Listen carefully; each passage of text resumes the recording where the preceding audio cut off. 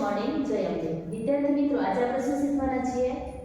સ્વાદ શું શીખવાના છીએ સ્વાદ આપણે જે કંઈ પણ ખોરાક ખાઈએ છીએ બરાબર તો એ ખોરાક ખાવાથી આપણે કેટલા સ્વાદ અનુભવીએ છીએ એ સ્વાદ કયા કયા છે તો આપણે 6 પ્રકારના સ્વાદ અનુભવીએ છીએ કેટલા 6 પ્રકારના એ 6 પ્રકારના સ્વાદ કયા કયા છે ખારો ખાટો તીખો તુરો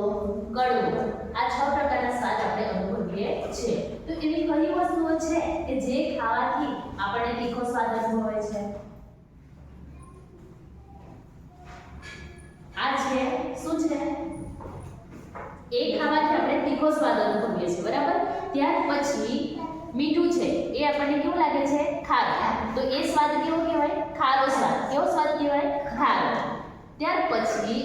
હળદર ખાવાથી એ આપણને કેવી લાગે થોડી કડવી અને તુરી એટલે એનો સ્વાદ કેવો છે કડવો અને તુરો પણ છે ત્યાર પછી આ છે મેથી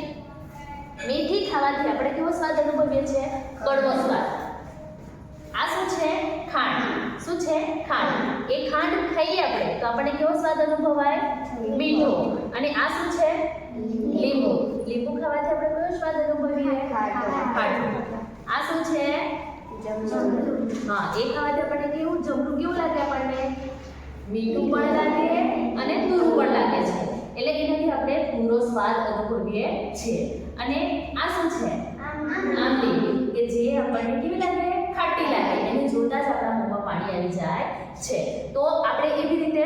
જે 6 સ્વાદ છે એ આપણે જાણી લીધા તીખો ખારો તુરો મીઠો કડવો ખાટો બરાબર સમજણ પડી હા તો હવે હું દાખલા તરીકે ચેલ્સીને આપીશ તો ચેલ્સી આ ખાશે તો એને કેવો સ્વાદ અનુભવાશે ખાટું તો એ પરથી આપણને કયા સ્વાદની ખબર પડી ખાટો હા હવે આ કાર્તિક